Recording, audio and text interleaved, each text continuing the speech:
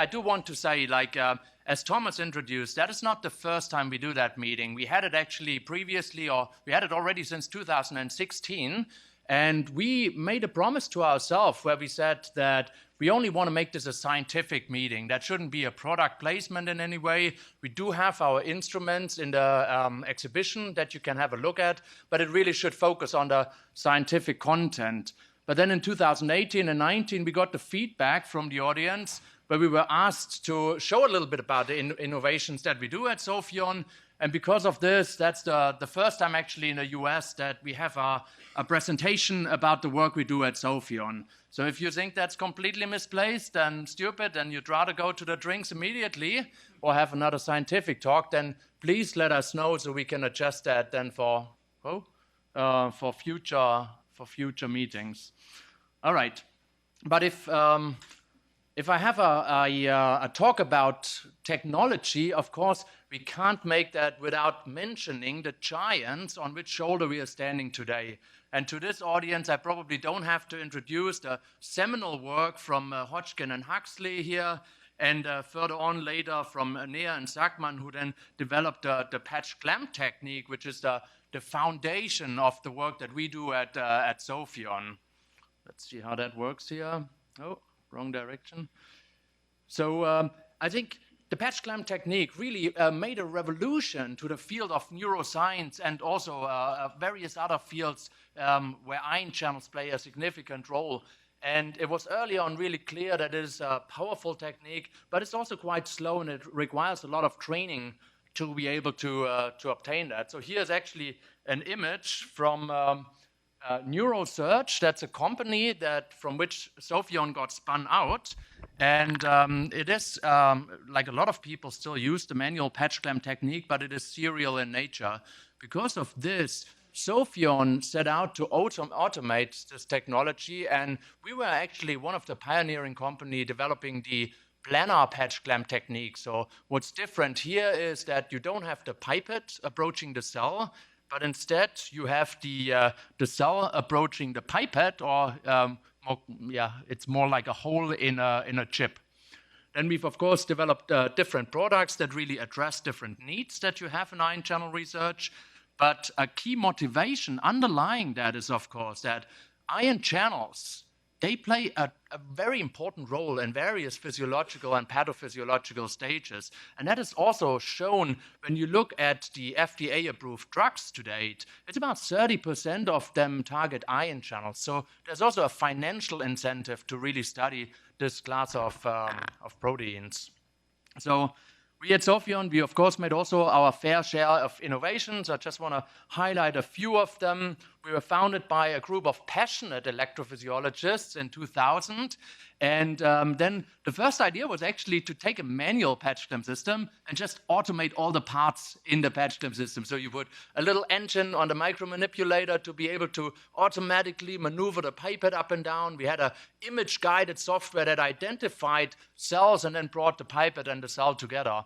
So that system that we called the Apache, it never made it to the market, but it gave us a lot of lessons basically about how to not do things. And we then, in 2005, with all that knowledge that we've gained, released our first system, the Q-Patch, that was based on that planar patch clamp technique that I've introduced. We then further developed it to a 48-channel system. Actually, at the time, it was called the Q-Patch HT for high throughput. I think now that wouldn't be the appropriate term anymore. It's not really high throughput anymore, because in 2013 we released a Cube 384 system that can do 384 parallel recordings. Yeah, and then over the years we've added some more new features. For example, here what is noteworthy is the first optogenetic automated patch clamp platform, where we've added 384 LEDs below the recording site, so you can light stimulate an ion channel, such as a rhodopsin, for example, but you can also use it to uncage a compound and get that ultra-rapid activation. And there are cool applications out there. I'm going to talk a little bit more about these adaptive protocols, but then just briefly, in 2022, we've released our newcomer, our little baby here, the Q-Patch Compact, that I'm also going to touch upon later a little bit more. So really, that planar patch clamp technique, if you put all of that together, that is how it looks like. You have a cell that is sitting on a planar surface, a silicon surface in that case, and you have that giga-ohmic seal formation, and you have some electrodes that allow you to record the current flowing over the plasma membrane. If you then embed this in a microfluidic flow channel, as shown in that cross-section here, then you have basically the foundation of all of our consumables. There are differences between the different platforms, but in general, they all follow that concept. You have pressure control that allows you to move the solutions and the cells around. And then you have a flow channel that allows you to completely exchange that solution here in that external channel. Somehow it has a life of its own here, that thing. But all right, I'll try my best. In 2000, I mentioned, that's how it all started. We released that Q-patch system, and then we actually added a lot of new features and made that second generation here in 2018, which you now see in the lab, which is also here in the Ion lab.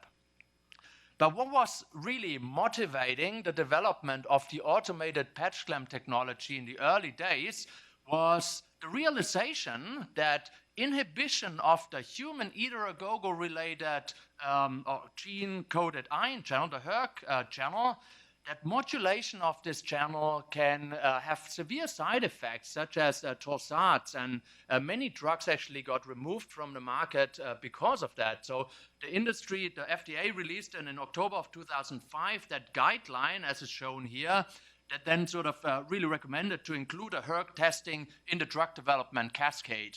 And that has been done now routinely. But you need a reliable assay that allows you to assess the effect of the compound on this channel. And patch clamp really is the ideal, the gold standard technique for this. So just to remind you, that is how such a characteristic voltage protocol looks like, where you have the depolarizing pulse that drives the channel in the inactivated state.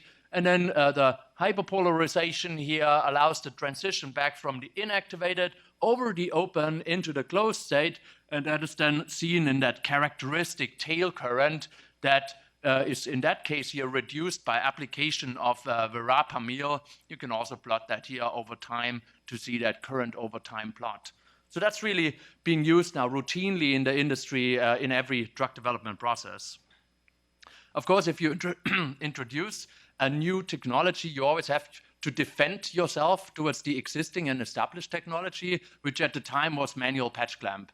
So here we show some concordance data for some of the reference compounds on hERG, and then compared it between manual patch clamp and our Q-patch technology. And I hope you can appreciate here that the ratio shows you that that is in good agreement between both technologies.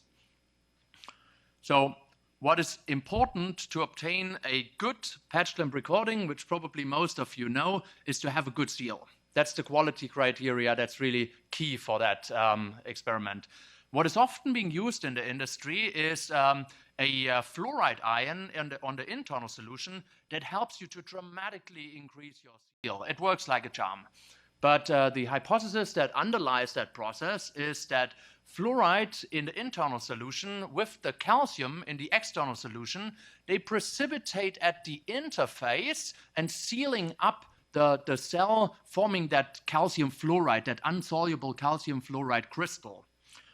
That really has been used widely in the industry, but it does come, sometimes you need to give this some consideration because there are some unwanted side effects, and we found one when we've done current clamp recordings on iPSC-derived cardiomyocytes, here these core4U cells.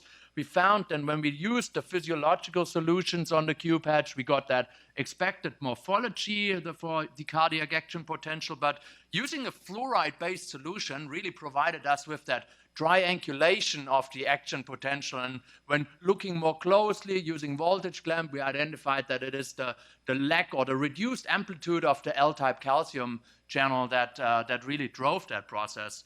So one has to give some consideration, some considerations when selecting the right solution. Just as a side note, the Cube, our high throughput system, does benefit from using fluoride in the internal solution. Because of that, we also looked at different other solutions here, so solutions literally, and we found that barium sulfate actually does exactly the same trick. It's also a insoluble salt with a very low solubility product. You can add barium extracellularly, sulfate intracellularly, and that also helps you to increase the seal resistance, with the advantage that calcium sulfate is relatively soluble, so you can precisely clamp the calcium in the internal solution with that pair while still getting the good seal resistance. That's not possible with the fluoride. So you can read more about that in a patent that we filed about this, where we also tested many different other salt combinations. All right, everyone always wants more, and that was one of the driver here for developing that cube system, the 384 system, and that here is even equipped with the stacker unit, where you can add your consumables up here and the compound plates up here, and then hit a button, go home, drink coffee, drink beer, whatever you want. And it then just hums along testing compounds for as long as your cell lasts, which can be up to 7, 8, even 12 hours. So the idea really when we developed that platform was to address when you have that drug development cascade as shown here. Automated patch clamp would typically be positioned as the secondary screen to confirm a hit, but we really wanted to be able to ask the correct question already in the primary screen, and therefore we developed this higher throughput platform. So what is such a question that you might want to ask? So one of which we worked together with a pharmaceutical company in Denmark, Lundbeck. They were looking at NAV 1.1 in Dravet syndrome. It's a relevant target. And one way how you could potentially treat this is by developing a compound that acts on the inactivating portion of that voltage-gated sodium channel. And that is not so easy to address with like fluorescent-based assays. But with an automated patch clamp system, you can make a mono-exponential fit to the inactivating portion and then immediately get information about the mode of action from some chemical matter and really get a very good pre-selection of compounds to start your development cascade. Here the bar diagram should just show that this assay was then able, so that is 350 sites out of 384, and that was one run that we just had the system digest 11 consumables, so you can do it in a high throughput fashion.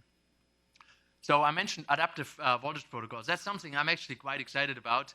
That is something that we've also introduced because we want to be able to ask the correct question already early on in the screen. So what that adaptive protocol does is you can record for a voltage-gated channel, for example, a voltage-gated sodium channel. You can apply that family of voltage steps and then online for every cell record the V-half value of inactivation or of activation for that matter, and then have the system automatically apply such a Boltzmann curve here and extract the value. It could be the V-half, it could be any other availability value on the curve as well. But the fun thing then is that once that you have that available for all the different sites on the experiment, you can backfeed these, or maybe not. No, you can backfeed them into your protocol, and that is shown here with such a two-pulse protocol where you first do a stimulation from a closed state, and then you keep them at the partially inactivated state before you activate the channels again. And if you now do a ratio between the P2 and P1, then you can draw a plot like this. And using a standard approach where you just define one voltage, you see that because of differences in the biology, because of differences in the series resistance that you may have, you will see a distribution here. And that, of course, translates immediately into pharmacological data on state-dependent inhibitors. But using that adaptive feature, maybe not surprisingly, you can really narrow that down. And here's just some data from some compounds where I hope you can appreciate looking at that, how the distribution is much larger, especially for state-dependent compounds. So, of course, we didn't want it to stop there, and the engineers in Denmark were sort of like going around, and how can you use that feature also in a different way. And this is not unpublished data, but that's unreleased data. It's a feature we're going to release pretty soon, in a couple of weeks. If you want to know really the date, you need to ask Thomas, and he might be able to tell you. But what we can do here is, using current clamp, we can say we want to record an action potential from an iPSC-derived cell. But often you will see that the cell is nice, mature, expresses all the ion channels, but the seal formation is just not sufficiently good. And because of that, you have a leak, which causes a depolarization of your resting membrane potential that puts the voltage-gated sodium channel in the inactivated state, and you won't get a proper action potential recording. So what we can do here is, you can record the current at a expected voltage, here for example minus 90 millivolt, use that determined current from all the different sides, and then, like with the adaptive voltage protocol, backfeed it when you do the current clamp recording. So you can assure that your resting membrane potential is at minus 90 millivolt. If you really want to see how that looks like, that is such two example cells, iPSC-derived cardiomyocytes, that show a leak or a resting membrane potential that is markedly depolarized. But using then this feature, we can bring them back, and we can actually get some nice action potential recordings. Now, you might be concerned that maybe you're canceling out some channel-mediated currents with that. There is also a possibility to record that current before you even go into the whole cell configuration, which would allow you to really extract that leak. So then, of course, you can do some pharmacology, as shown here for some of the calcium, the L-type calcium modulators, the Bayer compound here, and the fedapine is an inhibitor. There's going to be a talk by my colleague Anissa Barra tomorrow, and she's going to talk a little bit more about this. So shifting gears here, ligand-gated ion channels is of course something of interest as well when doing patch clamp recordings. And here, the exposure time of the ligand often is a limiting factor, because if your channel is desensitizing rapidly, then you want to remove the ligand very rapidly again after you added it to the cell. So with that in mind, we've developed a feature on the cube where you can stack solutions in the pipette on top of each other, and then press that stack of solution through the flow channel. And that is shown here for a GABA A receptor, where we have at the bottom part of the pipette some a GABA-containing solution, here 12 micromolar, and then we push it through, you get the rapid activation, followed by an immediate and complete washout, and then you can repeat this several times. And here is just the overview of the 384 wells that shown. Another feature that I can, from my PhD, tell is a very painful experience if you try to do internal solution exchange on a manual patch clamp system. I don't know, maybe any of you succeeded, I did not.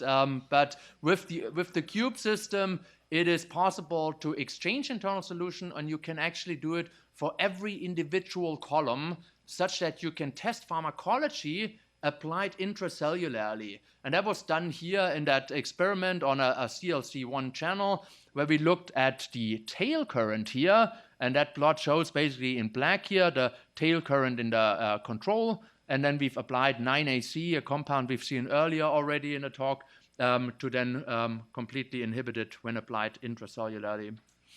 Yeah, so in the last 2 minutes, I just want to introduce the QPatch compact system. That is a system where we set out to do several things. We wanted to have a system that's very easy to operate, as easy as it gets for patch clamp. I mean, patch clamp is a difficult technique, of course, as you know. And it should be at a significantly lower price point, such that it is easier for academic labs, for small biotechs, to access that technology. And but it should still be able to have a much higher throughput. So this system is a semi-automatic system that allows 8 parallel recordings, where the operator is doing the pipetting, but pretty much all the other parts are being taken care of. And if you have set up such an experiment, that is how it looks like in the overview. You would tell the system that now I want to apply, for example, tetracaine as in the example here. You would then select the voltage protocol that you want to test, and once you hit the go button, there's a countdown, and once it's at 0, you're adding the solution, and then it's applying the voltage protocol for as long until you're making the next decision on how to proceed with the experiment. So you're interacting with the system in a similar way as you do with a manual patch clamp system, with it being much more simple and in a already documented way, so you don't have to keep a paper sheet for your documentation. Yeah, so here's just an overview showing how that really works. Like you do pharmacology, and then you get, with the analysis, a concentration response curve. So, no, I do want to thank you for your attention and not jump over that. And if you, again, find that this is not fitting into that meeting, then please do let us know. If you have questions about our technology, we would be very interested in hearing any new idea that you might have, anything that you would like to see developed in the future.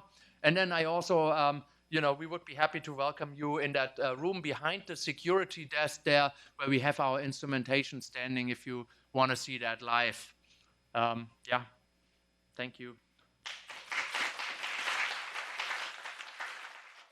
Hi, great talk. Have you looked into developing a way to detect like fluorescence levels of cells so you can use Q-patch for like poor efficiency transfections? I mean, that is something that comes up quite often, to combine fluorescence measurements together with patch clamp recordings. With the flow channel, wouldn't be so easy to get to interrogate an individual cell during a recording. I mean, as I mentioned, we have light stimulation available, but that might be something of interest in the future. I do want to point out, though, since you mentioned to select a cell, like, for example, a transiently transfected cells that there's a GFP marker in it, that you can in some way do. We have developed an approach using fact sorting, where you're sorting your cells before you get it into the system for a marker for GFP, for example. And if you then would have sort of like a sorted population, that could then be given to the system. Thank you, Daniel. Can you hear me? Yes. Thanks, Daniel. Yeah, I was just wondering if, so which of the systems need fluoride and which don't, and how have you addressed how have you overcome the fluoride problem? I think there's something with the microphone that is... yeah. Thank you. I mean, in general, every system benefits from that. With that said, the Q-patch and the Q-patch compact, they can also obtain giga-omic seal resistances without it. With the cube, I mean, it's always sort of a question. I mean, you can also do it with the cube, but the success rate will just be very, very low. With the Q-patch and the Q-patch compact, we do have assays available where you get 80–90% success rate with a fluoride-free, with a physiological solution, and also giga-omic seal quality. May I add to that? As an NYU employee, I cannot endorse the company, but I can endorse the technology. So we have one of these Q-patch 2 systems, and we've just completed the project we just completed a project with Ion Lab on iPSC cardiomyocytes without the use of fluoride, and we had fairly high success rates. You might be interested to know. So I mean, the barium sulfate, we developed that actually for a TMM16A assay, where this was very attractive because barium doesn't inhibit TMM16A. I mean, for action potential recordings, barium would probably not be so good because it inhibits a whole lot of potassium currents. But in the TMM16A assay, we used 10 millimolar barium extracellularly, and the sulfate, I think, was 80 millimolar intracellularly. But it does work. We've developed an assay for the KCA 3.1, where we were able then to wash it out again, and the seals actually remain stable for a long time after that. It only works if the IC50 for barium on the channel is not sort of in a micro or like super high, then it might get difficult. Hey, are you able to elicit mechanosensitive currents like piezo with your flow system? Yeah, that is of course of great interest actually, and we have an ongoing project over here. So we are working on this at the moment, not right now, but in general in the lab right now. We have preliminary data where we can use shear stress to stimulate channels with the cube system. That works actually quite nice. So we do also have a built-in pressure system, although that is not so. I think that probably requires a little bit more optimization to really utilize the pressure system that we have. And so there, we are probably not quite there yet, but we do have an assay with the shear stress. That's possible.